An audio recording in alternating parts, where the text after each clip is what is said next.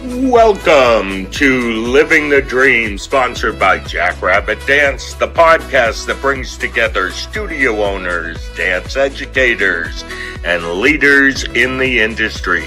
Hosted by Ree Gold and Laura Giacomelli, each episode is packed with real talk, inspiration, and a passion for the dance life. We're so glad you're here.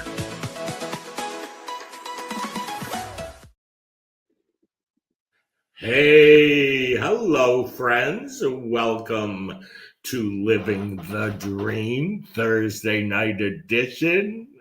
I'm Ree Gold, and I'm here with the amazing Laura Giacomelli. Thank you for spending your Thursday with us. Hi, Laura.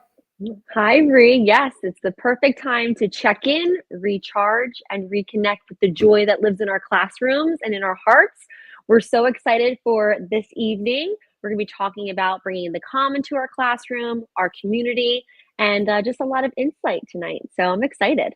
Yes, mindset, positive mindset. And I feel like this is the perfect time because we're about to get busy. And let's talk about setting it right at the start of the busy season. We want you to know that where you're tuning in from, and please say hello in the comments if you have any questions as we're moving along. For sure. And Ree, how was I'm going to start it off. So how was the industry dance awards? And more importantly, how was it being in the same room as Janet Jackson, my personal favorite person? I need to know all the details. Okay, so wait, I want to describe it. Now it has become a 2-night extravaganza. On the first night is the Industry Dance Awards.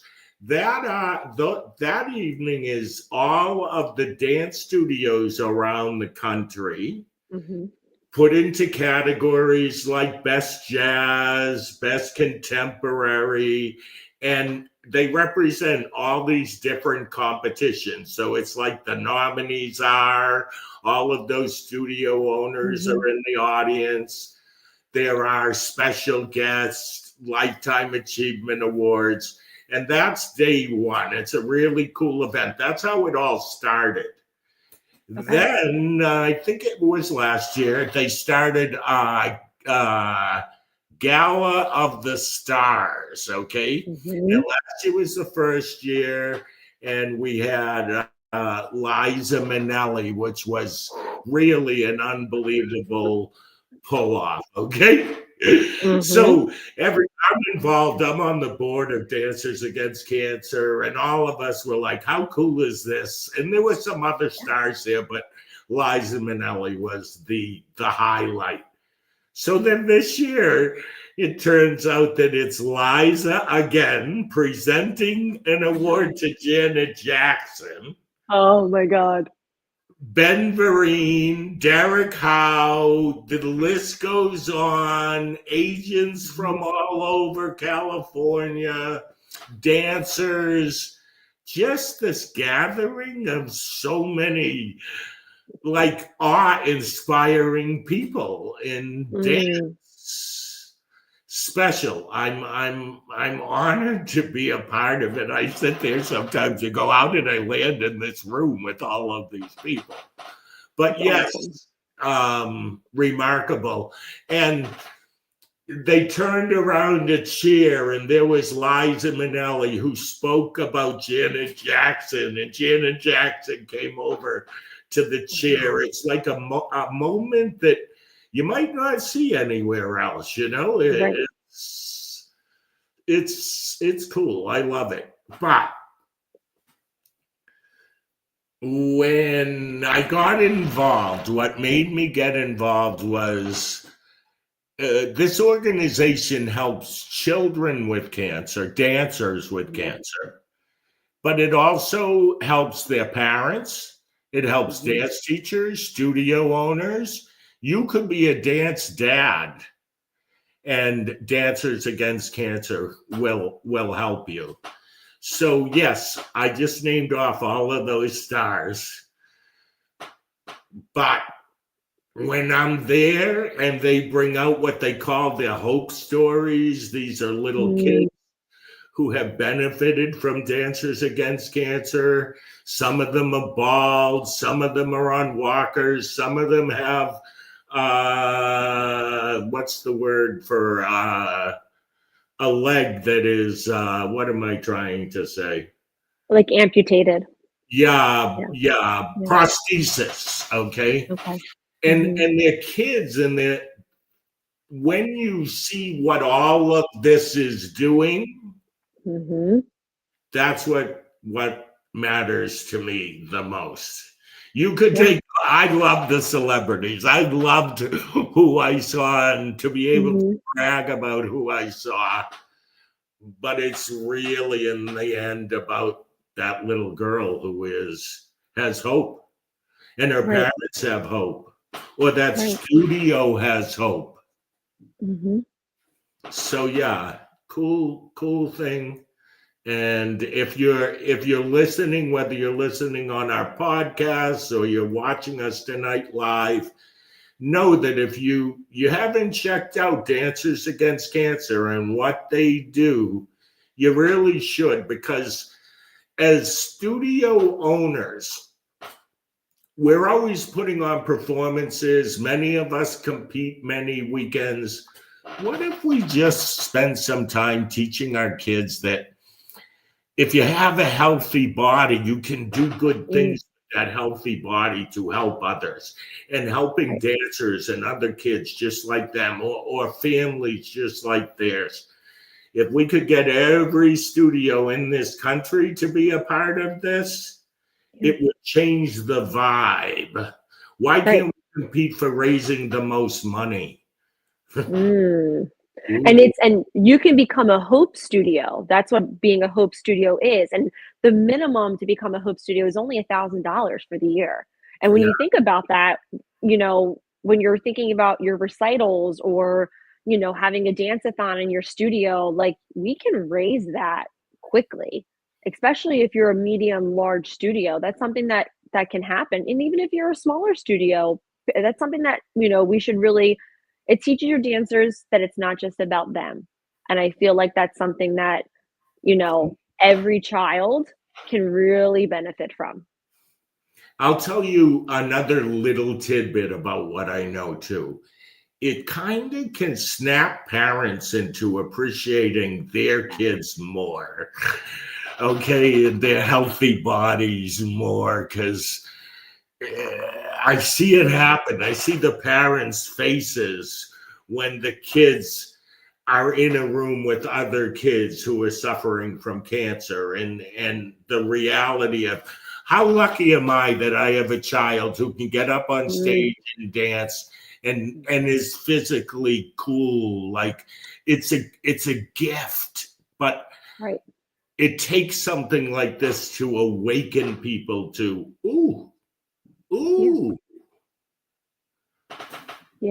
Seeing that bigger picture. No, for sure, Ray. Can you tell everybody how much money was raised? Because it's incredible. On night 1, 400 and something thousand, and on night 2, 700 and something thousand. It was remarkable. Incredible. It just kept going up and up and up. And it's like, it's a dream come true for the people. There's a guy, his name is Noah Lands. He's also known as Rick Lands. He owns the car dance competition and the brands associated with it. He started this, I think, in 2012 in memory of an employee in his company. And I got involved in 2014. And you see this thing that started at this size grow into this thing now in 2025 that is so huge, so many more people aware of what the organization does. And it's like, wow, how cool is it to watch this journey? And where can it go? Possibilities are endless. Dreams do come true. Okay, that was really positive, and we're going to get even more positive with our guests. I'd like to say that tonight's episode is brought to you by Jackrabbit Dance. Yep. So Jackrabbit is the go-to. So Jackrabbit is the go-to studio management software that helps dance studio owners stay organized and focus on what we love most, which is teaching, mentoring, and making a difference. A big thank you to Jackrabbit. We'll be back after this. This episode is sponsored by Jackrabbit Dance, the dance studio software empowering you to build the studio of your dreams. With over 20 years of experience, Jackrabbit has the solutions and industry insights to help your business grow. Want to increase student enrollment, optimize your pricing to be profitable, or improve staff retention? See how other studios are using Jackrabbit Dance to hit their goals year after year. To learn more, visit jackrabbitdance.com/benchmarks. Awesome. Hello, everybody. This is exciting. Welcome, ladies. Thank you for being here tonight. I wrote a little something that I want to read before we start. Mindset is the key. Mindset is what sets great studio owners apart. It's the ability to love and appreciate our roles in dance education and in the lives of every child who danced through our classrooms. I believe that to be totally true, and that's what we're here to talk about tonight. We have 4 exciting guests with us, all who practice positive mindset. I say I practice it, but I jump off the cliff every once in a while, so I'm hoping we have no cliff jumpers here. They're 24/7 positive. How cool is that? Let's hear just a little bit about our guest. Kiana, tell us a little bit about yourself. Alrighty. Well, I grew up dancing at Rebecca's studio. I'm from London, Ontario. And when I graduated, I went to university, but I was so moved by my teachers in my studio that I was lucky enough to go to university in town. And I became a dance teacher and have been ever since. And along the way, I started working with the most incredible Gold. So I see the dance world from all different ends, but it's really cool. It's like worlds colliding between business and marketing and dancing and mindset as well. Mindset was something we did, growing up in our classes before mindfulness was a buzzword. So it's just really cool to learn more about it and be in that industry and share it with my students. Welcome, Kiana. Lauren, tell us a little bit about yourself. Well, I'm very grateful to be here. I was a competitive dancer my whole life. I achieved at a certain level that indicated I could have a professional career. And so when people would ask, what do you want to do after high school? I was like, dance. And I had a really problematic transition from the competitive dance world into the professional world. And so much of where my education started was me research. And I quickly realized that as a human being, you can train 3 things. You can train your body, which dancers do a great job, and dance teachers, of course. You can train your artistry or your craft. We do a great job. But back when I was training, you can also train your mind. And that is something that is very much new in the mental skills training arena. So I needed the skills and went on my own sort of a journey. And simultaneously was teaching at competition studios. And there is so much opportunity to use the time that we have to integrate mental skills training in the space and in the time that exists.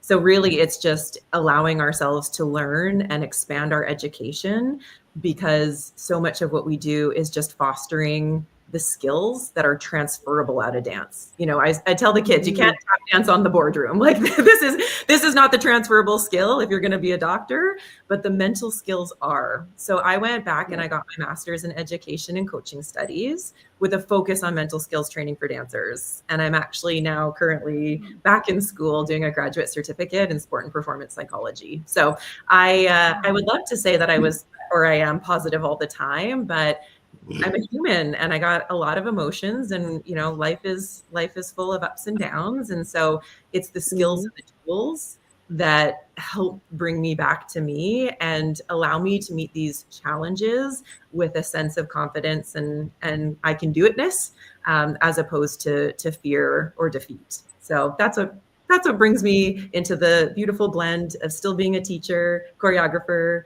but my main role right now is mental skills educator for teachers and dancers.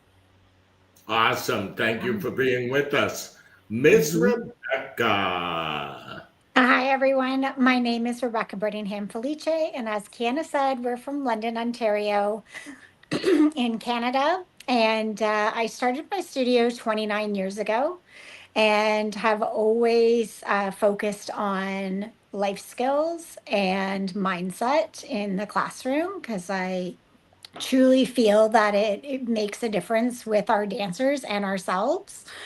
And it was actually during COVID that Kiana and I started Mindful Dancers, seeing the impact COVID, especially in Ontario, with all the closures we had on our students, and how taking our students through mindfulness activities and focus really helped them to be able to get through those difficult times. Like Lauren said, not positive all the time. However, I talk about it all the time because I truly feel that when we talk about it, it helps us to remember ourselves, to see everything in a mindful way. And being mindful is noticing and being curious about what's going on around you and trying to lead to a positive mindset instead of a fixed mindset. Thank you, Rebecca. And let's hear from our final guest. Go ahead, Meredith, Hi, you're up. Okay, so I'm Meredith and I'm from Oklahoma. I'm in year 21 of this studio, and we have always run the studio as a positive mindset. It's what makes us stand out, I think, in our area. But in the last couple of years, I've really decided that we've done a lot of mindfulness for dancers, and I've really decided to jump in to help studio owners with mindfulness and positivity. And so I've recently got my mental health certification trainer, and then I specialize in the positive psychology of that as well. So my cup is always full because I choose to think about things, even when something doesn't go the right way, I'm going to turn it around and look at how I can learn from that and move forward. Because I do think there's a way to learn from mistakes and not dwell on them. So yes, positive Polly right here. Love that. Love that. First off, I just want to say how impressed I am with our panel tonight. That's all. Like, very well educated, like true to the meaning of what we're speaking about. So I'm excited to have this conversation. I would like to start with asking, what does a positive mindset mean to each of you, but in the dance studio classroom? Meredith, we'll start with you. Yeah, so, anytime that my staff is giving corrections, it's always a sandwich. So a compliment, a correction, and a compliment. So the kids are learning that just because I'm getting a correction doesn't mean that everything I'm doing needs to be corrected. Like, I am getting good at this, but I need to work on this, and this is going well, as good as well. I do see as live, and our kids are on social media that, they're looking in the mirror constantly, so that as we're correcting and trying to help them grow with life skills, that we're also pushing them higher in their and how they feel about themselves as well. And I think that can be tricky in our dance world, Meredith, because like you say, it's like, what other sport, I mean, yes, it's art, but it's also a sport when you're training as much as some of our dancers are, that stand in the mirror and look at themselves as much, no, that doesn't happen, not even gymnastics. there's no mirror, you know what I mean? Like, it's a different, we're in a different beast all of its own, especially with dealing with teen girls. And I think that puts another layer onto it as well. Kiana, how about you? How about your classrooms? Oh, I'm sorry, Meredith, go right ahead. Well, I was just going to mention, and then everybody posts their highlight reel on social media. So all the kids are seeing their other friends that are dancers doing this amazing thing when maybe it took them, 3 weeks to get that one picture. But the kids are just seeing their highlight reel and not their real life struggles in the classroom as well. So I think there's a lot of struggles for our kids these days, way more than when I was dancing. Yeah. There was no social media when I was growing up. I think there was MySpace, and it wasn't on your phone because there was no phones in the dance classroom. It was like you had the wall phone for the studio to call your mom, and that was it. Kiana, how about you? What are some things in your classroom that, like, what does mindset mean to you? Yeah. So how I approach my classes is, it's important to note that we're human first. I think that's really important. We're humans before we're dancers. And I approach it almost like as, a parent approaches their kids too, because I really do feel like, teaching kids, I actually just had my first set of kids graduate that I worked with my first year teaching this past year. And that was the craziest thing to like really feel like I watched these kids grow up. Like it's the craziest thing to feel like you're raising these kids. But I did a parent seminar on mindfulness recently, and something I told them and something I try to remind myself is, it's not a parent's job to remove obstacles from their kids' lives. And I think that's the biggest misconception for parents and even teachers these days. It's not your job to remove the obstacles from your kids' lives or from your dancers' lives. It's your job to walk with them and help them navigate through those obstacles in a positive way, learning from our mistakes along the way. Because when they get out into the real world, they're not going to have no obstacles. They're going to face so many obstacles in school, in their jobs, in their relationships, that if they don't learn how to deal with them in a positive and healthy manner now, then they're going to struggle so much more as they grow older. So how can we set our kids up for success in that way? So when I'm in class and we talk about, learning a new skill, or, oh, I really want to get this skill, but I can't seem to get it. Okay, well, what are our next steps? How are we going to get through this together instead of dwelling on not being able to do something or somebody else being better than you are, right? And those are very real things in the classroom, but helping them get through that in a very healthy and positive manner and sticking with them as they work through that will really build those skills so that when they go out into the world, they know how to do that for themselves and they feel confident.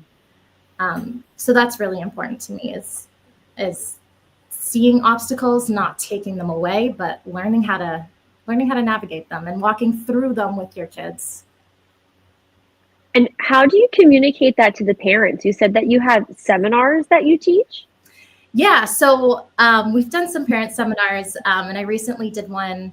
I think I was in Oshawa when I did it, and it's really it was very much that clear. I think it's really important that we tell them that.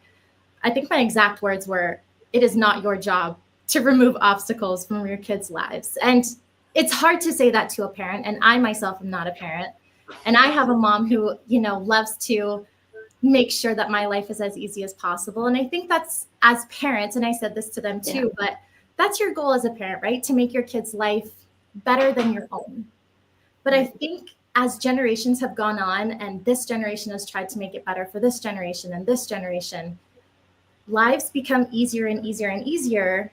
And these obstacles almost seem more and more and more difficult to deal with.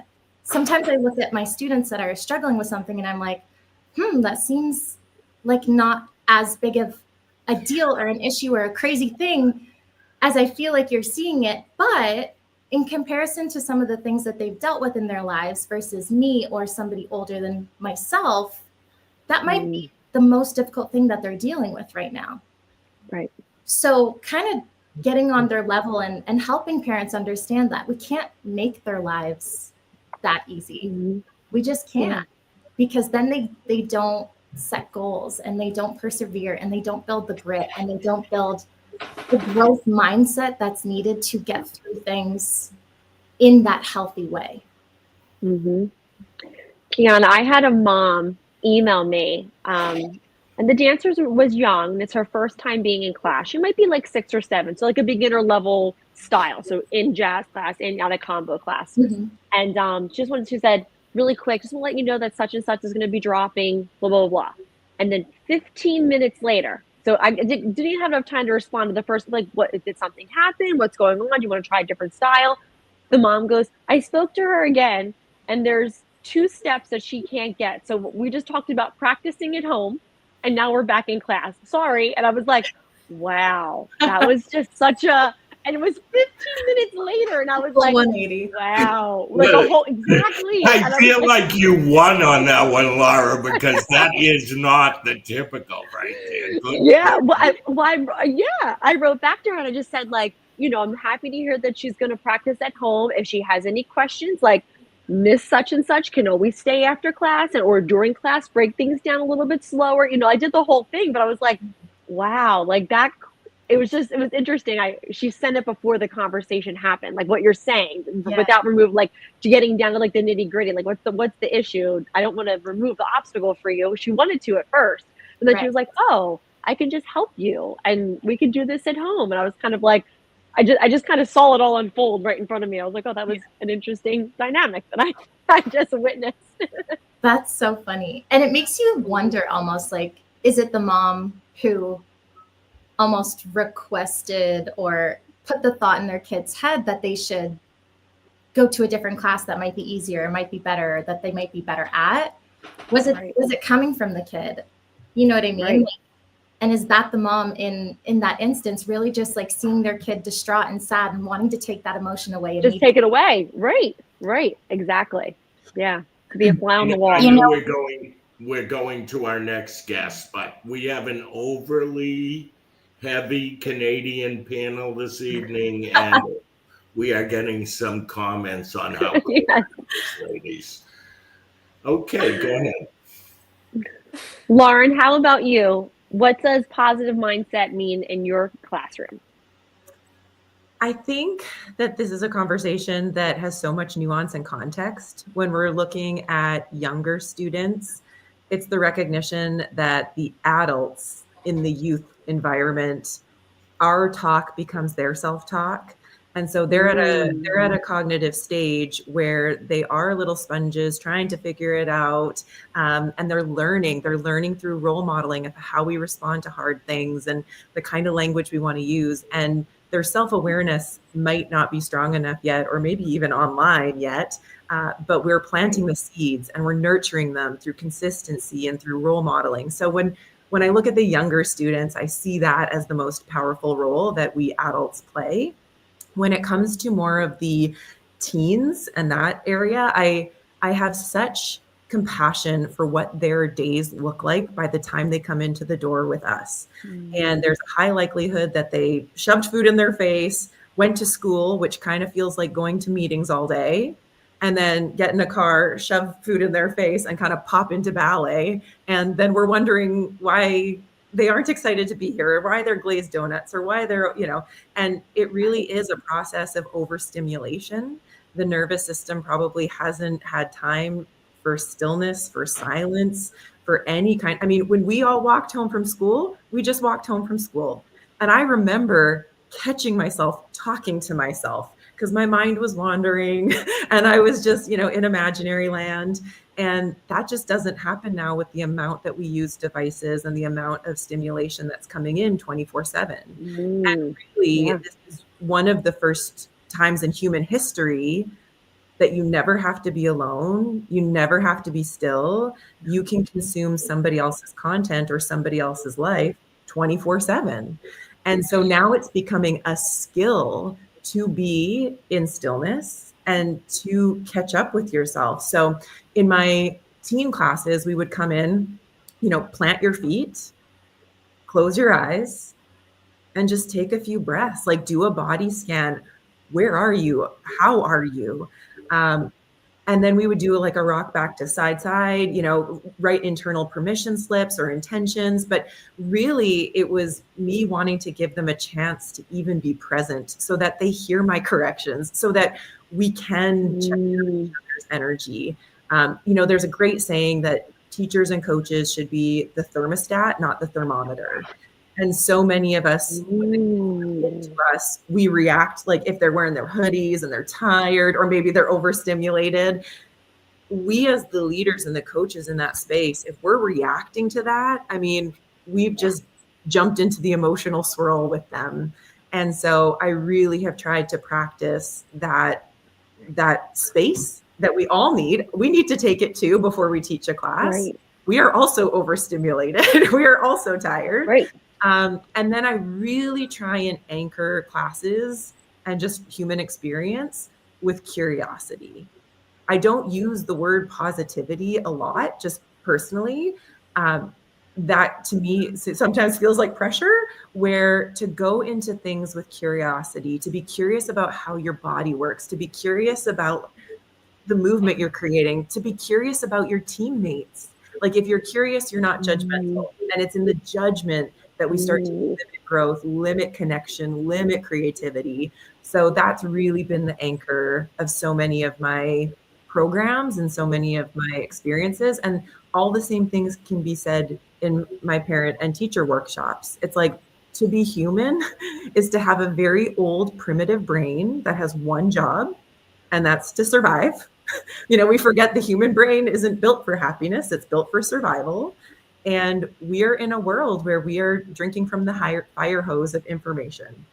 And so like I said, it's like, whether it's comparing yourself online or, like Kiana said, is you sort of come in and you're not even sure of like how to be still or how to be mindful, how to support your child.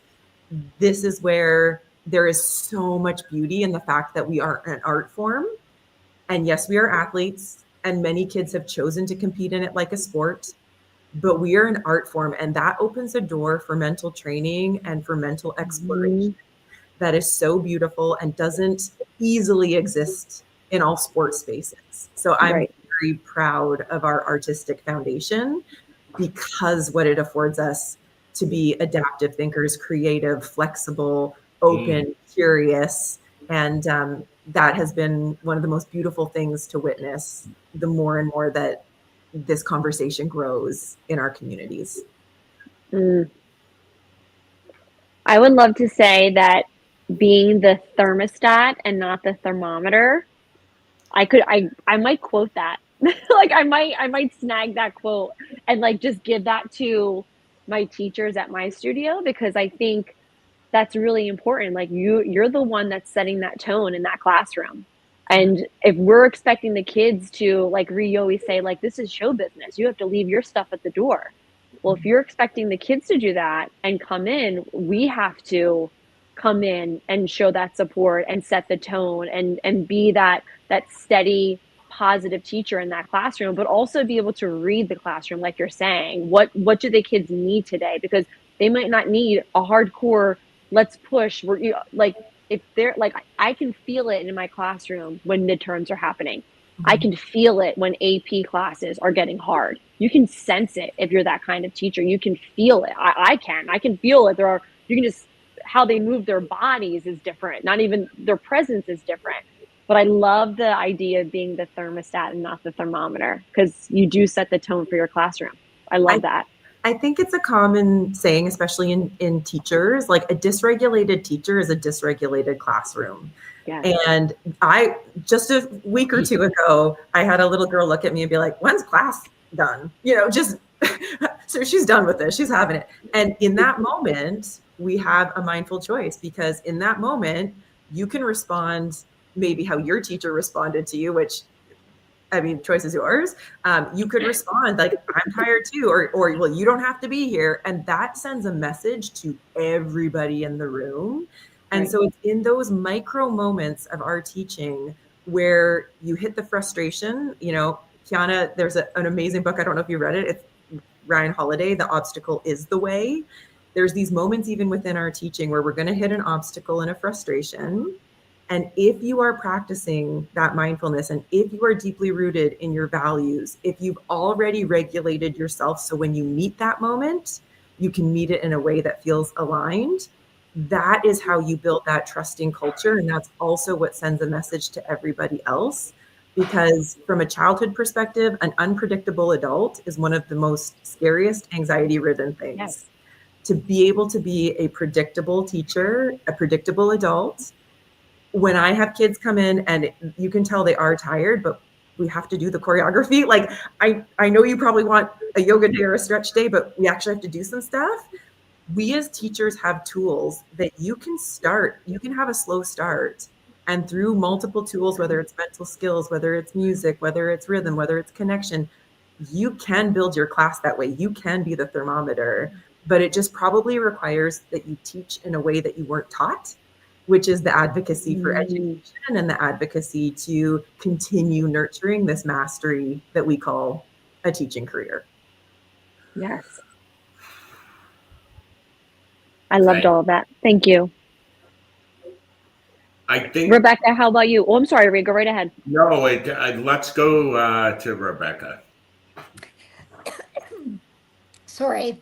I was just great comments from everyone. I think that it's really important, sorry, as a studio owner, that we also support our teachers, that we have those conversations with our faculty on how to deal with situations, how to be mindful, how to deal with if a parent comes into your classroom, how to deal with a child who doesn't want to dance, how to deal with those situations, because they need those tools in their toolbox. And although lots of my staff came from my studio and grew up through my studio, a lot of my staff did not. And so they're coming with their own toolbox of how they were taught. And it's important to, help them change how that they teach your students. If that's really important in your studio, it helps build community. But I would also go as far as saying that it's important how we talk to our parents, not just through conversations and meetings that you have with them, but also what you're posting online in your social media. What messaging are you sending to the families at your studio? What are your values? Are you sharing that with your families? I think all of that's really important to really build community and to build the type of safe environment for your studio, for your teachers, for yourself, for the parents and the kids. I think it's really important that there's more than just in the classroom. I think outside of the classroom also is really important that we look at the language that we use. Yeah. And Rebecca, to take that a step forward, if you're building that community and you're building that connection with the parents and the kids, when you think about it as a studio owner, your retention is going to be incredible. It's if they feel that connection to you as a human and as a person and the culture that you're creating within your walls, like they're going to want to have their children there. And when their kids come out of class and they're tired and they're grumpy or they don't want to go to class, they're not going to be like, you just don't want to dance. They're going to say, when you go into Miss Rebecca's class, you're going to feel better. Go dance. It's going to be a different talk and script in their head as well, because they're invested in our business and they're invested in our, our dance family. That's what you want. And the parents also at our studio talk to their kids differently. And I'm not saying that, there's not moments where parents say, whatever, like things happen. However, I do find that for the most part, our parents take a more positive approach when talking to their child about situations that occur. The parents ask questions instead of making assumptions. And I think that's really important. asking questions helps us build knowledge, and it helps us to actually help our kids instead of, like Kiana said, taking obstacles away. We need to learn how to go through the obstacles, how to deal with obstacles, because there's going to be obstacles in every part of our lives. And we don't want our kids having breakdowns because something doesn't go their way. We want our kids to have grit and resilience and to be able to go through it with their chin held high and to be able to go through the emotions to get themselves through it in a positive way. Yes. Okay, I want to take us in a new direction. Talk to me about studio owner, teacher mindset. Things get busy, competition season, recital costumes coming in late. Talk to me about keeping that positive mindset as a studio owner. I know it trickles down, so I know how important it is to be that person at the top who can handle things, but not everybody knows that. Meredith, but we got to go quicker because I think this is going to be our last question. Not that we didn't have great answers to the first one, but I'd love to hear it in a synopsis. Go ahead, Meredith. Okay, so one thing that I really practice when things get crazy is nervous system regulation for myself, because if I can regulate my nervous system, then when I go to talk with parents or my teachers, then I can actually help regulate them by being in control of myself as well. So I always know that if I'm going to step into maybe a tougher parent meeting, then I'm going to step back. I'm going to regulate myself because I have an open door policy. I think the more that you're open with your parents and you talk, don't close doors, keep them open, then they understand that you're open to receive what they have to say. And then it makes them more open to receive what you have to say in return. So a big thing for me is that nervous system regulation, because then I'm able to walk into any situation and not get right on the defensive mode. I can listen to what they're saying and I can process that it's not always us, and I can help them understand that, but also let them listen to me as well. Give me 2 very fast tips to pull myself out of how about the easiest one is just deep breaths. So you're going to breathe in like 4 counts, hold it for 2, and then you're going to make it breathe it out for 6 loudly. Like, so in, hold, out. And you're going to do that about 4 to 6 times, and it will really bring you back to center. I do it on my way to the studio every day in my vehicle. And then I do it when I leave as well, because I have found that I get overstimulated at the studio and I might be a little bit not so to my family. So I work it on the way home too. And it really does bring me back to center and calm me down and let me think about things. It's super simple. You just have to breathe. Awesome. Thank you, Meredith. Kiana.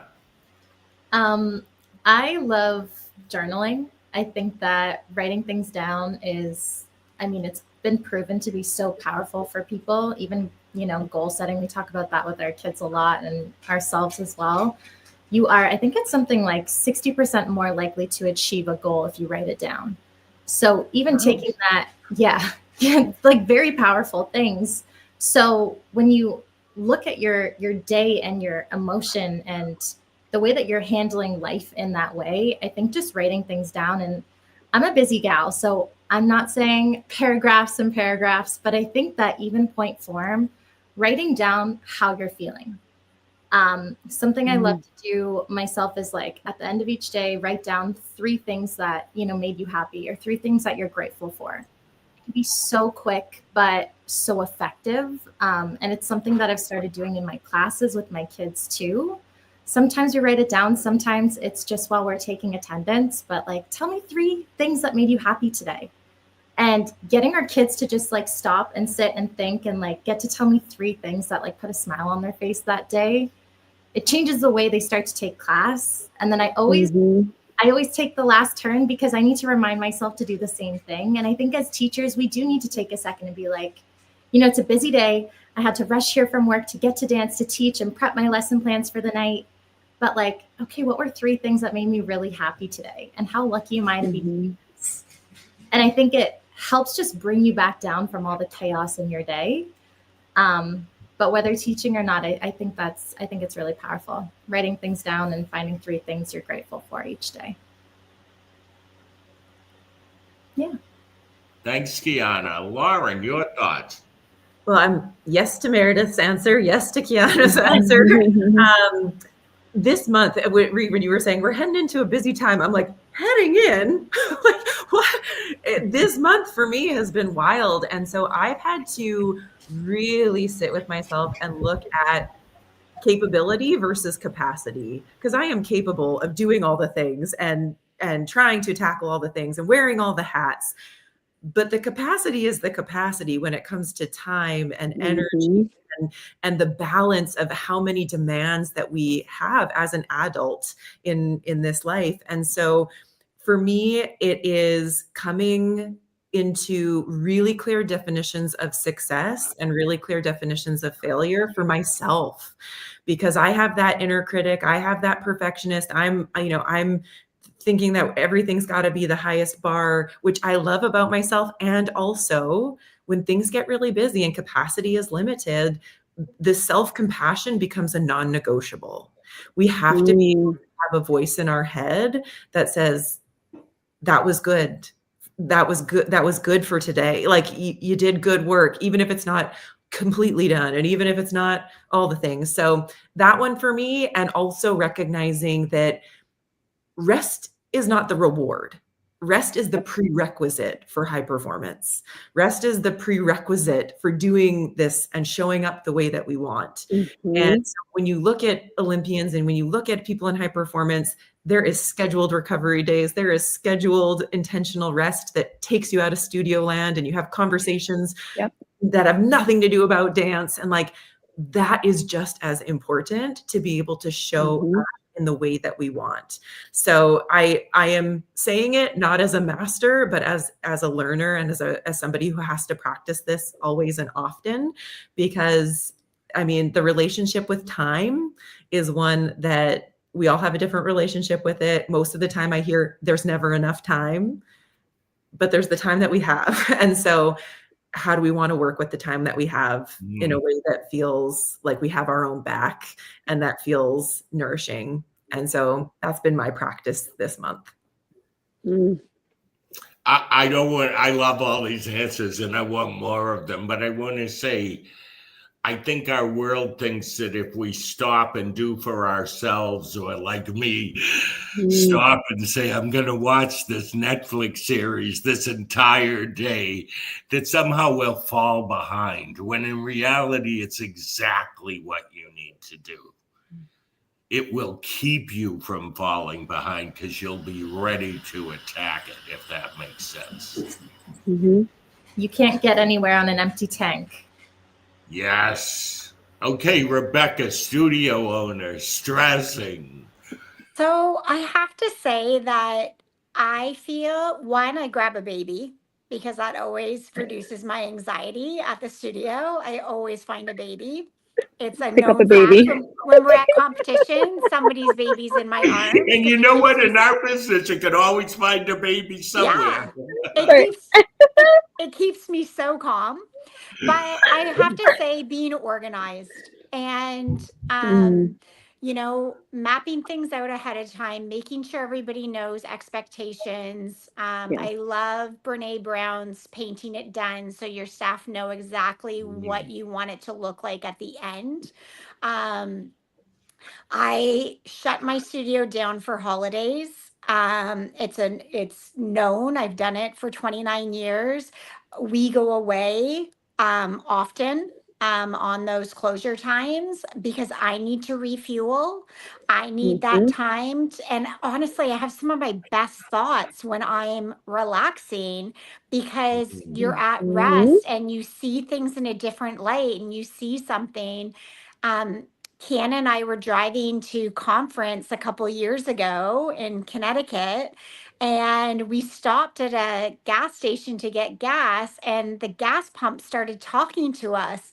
And we were like, oh my gosh, how can we use that in the studio? But it was because we were in such a calm state. We were driving, just talking, like, no, that you see things in different light. And I think that's really important because I think that we need time to rest and to let our minds just relax.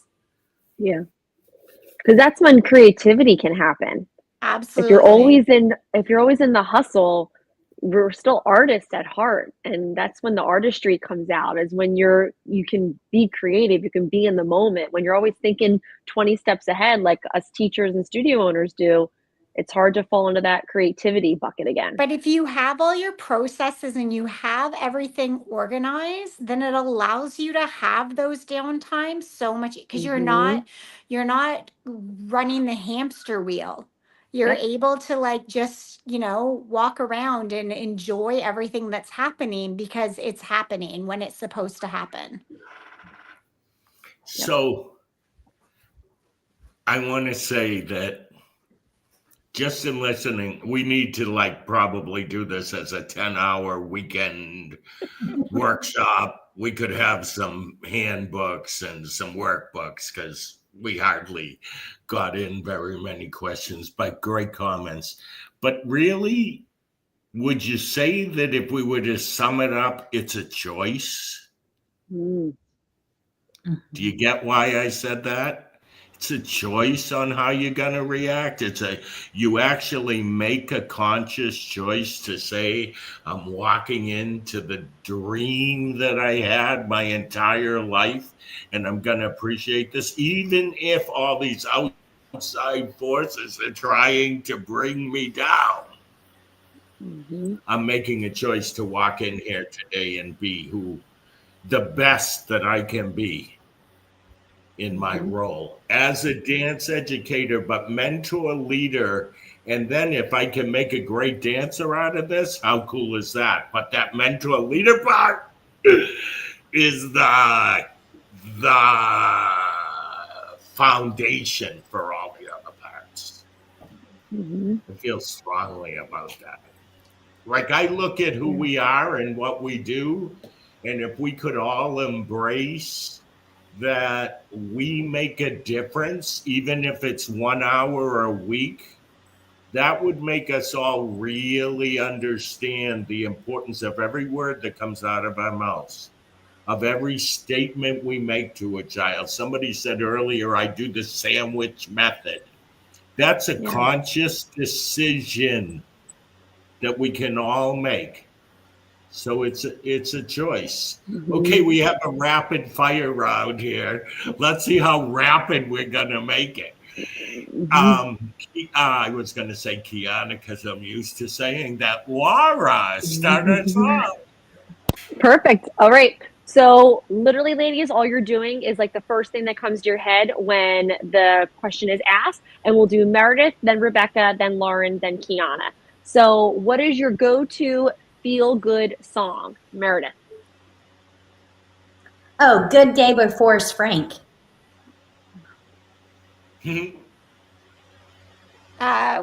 Honestly, anything. I just blare it. About the volume. As long as it's loud. Okay, I like that. I love Belle Biv DeVoe, Poison. This is a hard one on the spot, but I'm an old soul, so I'm going to go anything Marvin Gaye. Ooh, I wasn't expecting that from you. Nope. Favorite fall beverage? Just regular coffee for me. Okay. I don't like pumpkin. I'm a hot water and lemon girl. Okay. I'll go with bone broth. Did you say bone broth? Yes. What a nice diverse group we have this evening. Kiana, what's your go-to beverage? I would say an Earl Grey tea. I love it. I love it. Tomorrow I'm going to look up bone broth and maybe try some. I don't know what I'm missing. Very good for your joints, very good for your skin. I'm a black coffee 24/7 guy, but you know what? I could come on this next broadcast and say, ladies and gentlemen, I've discovered bone broth. I love it. Thank you. Okay, how about a word that grounds you, Meredith? Still. Stillness. Breathe. Yeah, I was going to say breath. Hmm. One classroom ritual you will never skip. Meredith. Noticing every child in the class. For me, thanking my students and them thanking me. I call it the volleyball huddle. We start class all together. It's true connection. You know, we see, we hear, we unite on the mission that we're about to head on, called class, and it falls in line with connect before correct. So volleyball huddle. Excellent. For me, it's asking my kids those 3 happy moments they had before they got to dance class. And with that, speaking of which, I have to head off to teach some dance classes. So thank you so much for having me. Much love. Thank you for being here. We'll see you the next time. By the way, she's going to work at Rebecca's school. I just think this is so cool how connected everything is. Hi, Kiana. Thank you for being with us. Okay, fine. Okay. Oh, Laura, this is you. Go. Oh, okay. So last but not least, what does living the dream mean to each of you?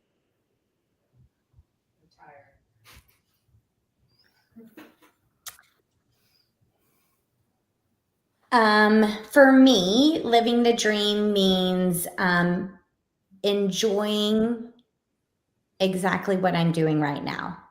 Like, I love being at the studio. I love mentoring my teachers. I love our kids.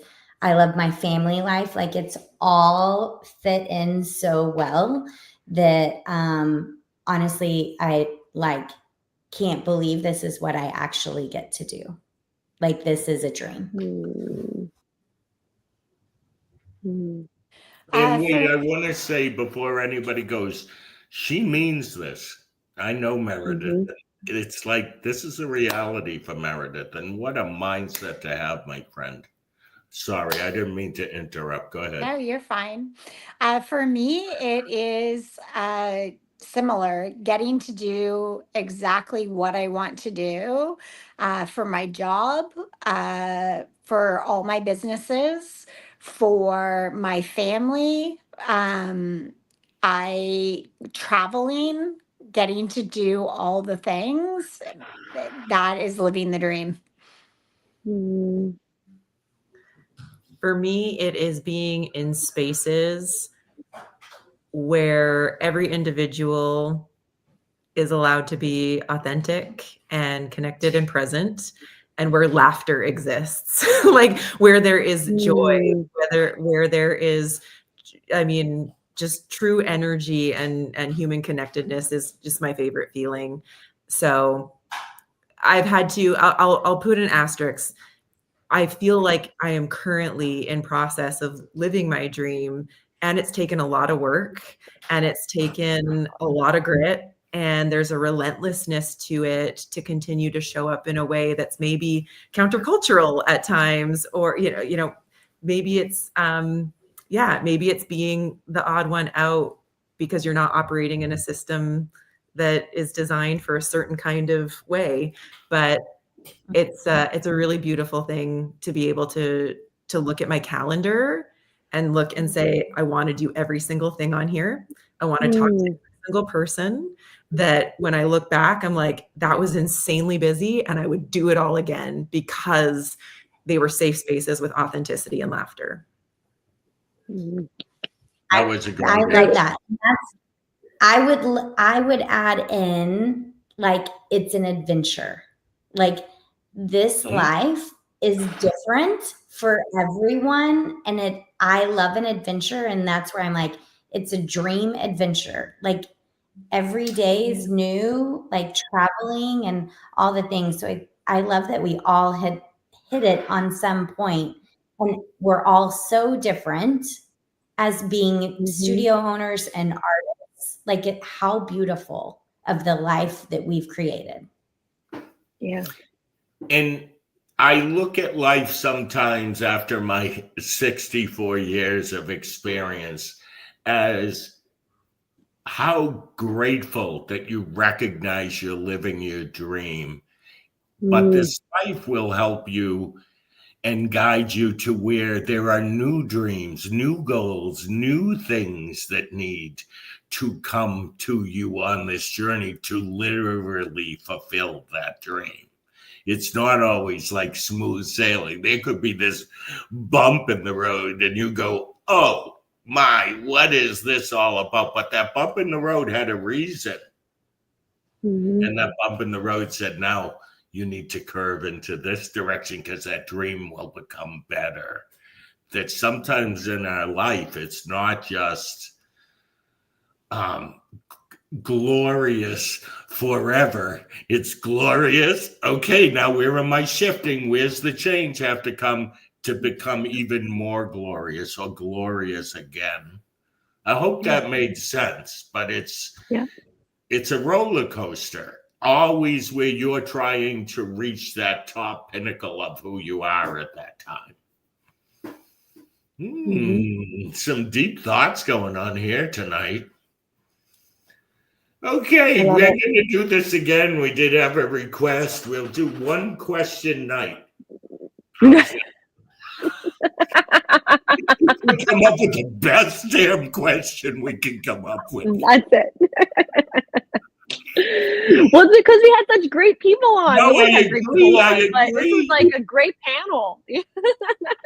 And I think mindset is something during the last few years, Kiana, who's gone, can back me up on this. It's hard to get our community to focus on mindset. I'm sure, Rebecca, you probably can understand that. It's almost like a fear, like that's not my ball game or my expertise, and I have a fear of jumping in. I think we have a responsibility to jump in, and that if it is your fear, you need to learn more. Because in 2025, you're making an impact that you might not have made 25 years ago because their parents were so much into their lives, because they weren't on their devices 24/7. You know, when you're in a dance class, it's probably one of the only times other than school, if they keep you off, the kids aren't on a device. So we play a much more important role, especially those kids who are in our schools every day. We might be the most positive influence in their lives. What we say matters to them. What we do matters to them. What they think of themselves should be our responsibility, and always encouraging, no matter what skill level they achieve. Bree, can I add something in? I think it's important for dance educators to educate themselves, because how we're teaching kids, how kids are showing up is not the same anymore. Agreed. And we need to learn how to work with them and help them grow to be the most incredible human beings that they can be. But we need that education to help us help them. I think being a dance teacher is a different responsibility. Oh, I'm sorry. Go ahead, Meredith. Well, I just wanted to add on to Rebecca. we need to, like, along with Rebecca, we need to help ourselves to be in the right space as well. I think that's one of the most important parts, because if we're not healthy, it's really hard to create those spaces for our kids. And the dancers feel it when it's we fake. could go. We're going for our second hour because I won't be an actor, but I want to say this. If we as studio owners, teachers would recognize that our own mental health, I think that's what makes us uncomfortable. Our own mental health is important to the mental health of our students, then we might have a different attitude. It's we're a group of people who put everyone else first. And the pandemic changed everyone in this world. And I'm not sure that all the studio owners have adjusted in a way that is healthy, that is good for them. I think we got into I got to save my school, I got to save what I've created mode. And we've been in that mode for 5 years and we don't know how to stop. Boom.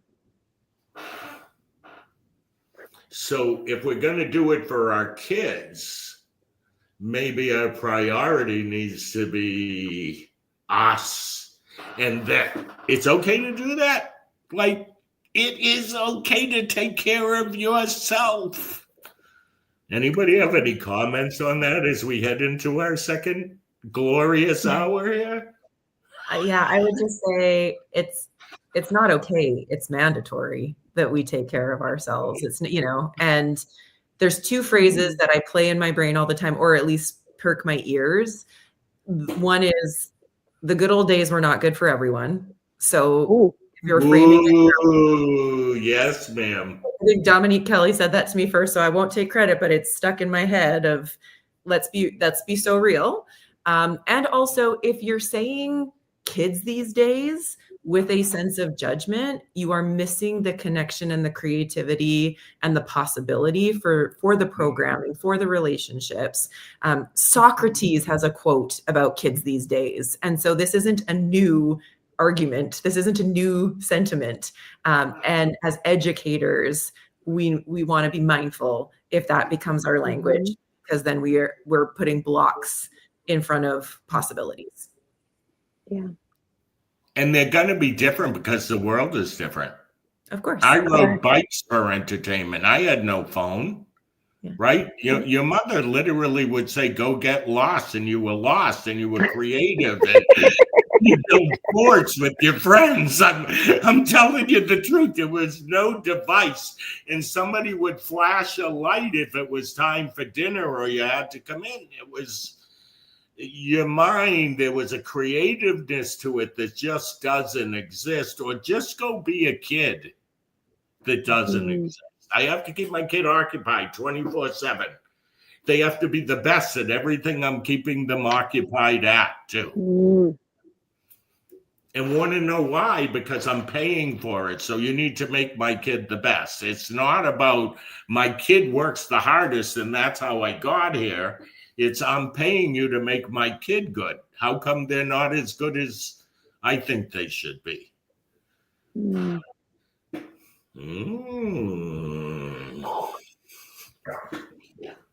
Hour 2 is getting heavy, Ree. Like, okay, let's do it again instead of doing a full hour 2. This was great, and let's keep talking about mental health. Yeah, I feel like I wish it could be something that would turn into as much priority as choreographing the next greatest number. yes. I really do, because it could make such a difference in our world. And imagine if all of us had this positive mindset so that we could pass that along to our parents and to everybody around us, so that we create this culture of dance is the coolest thing. Okay, boom. Yeah. I think, Laura, we have to close this down and turn Yep. back over Well, to you, my friend. You got it. Ladies, thank you so much for being here tonight. I think this was a really important conversation for studio owners, for teachers, and everyone in between. We want to give a special shout out to Jackrabbit Dance for always supporting Living the Dream and dance studio owners across the world. If tonight's resonated with you, leave us a comment and share the episode with fellow teachers, please. And don't forget, you can catch this and past episodes on Spotify and Apple Podcasts. Just search for Living the Dream. We will see you the next time. Thank you, guys. I'm totally in a positive mental frame of mind. Appreciate you all. Thank you. Thank you. Thank you. That's a wrap on this episode of Living the Dream. A huge thank you to our sponsor, Jackrabbit Dance, for their support of our community and helping dance studios thrive. If you loved today's conversation, be sure to subscribe, leave a review, and share with your dance friends. Until next time, keep dreaming, keep dancing, and keep making a difference.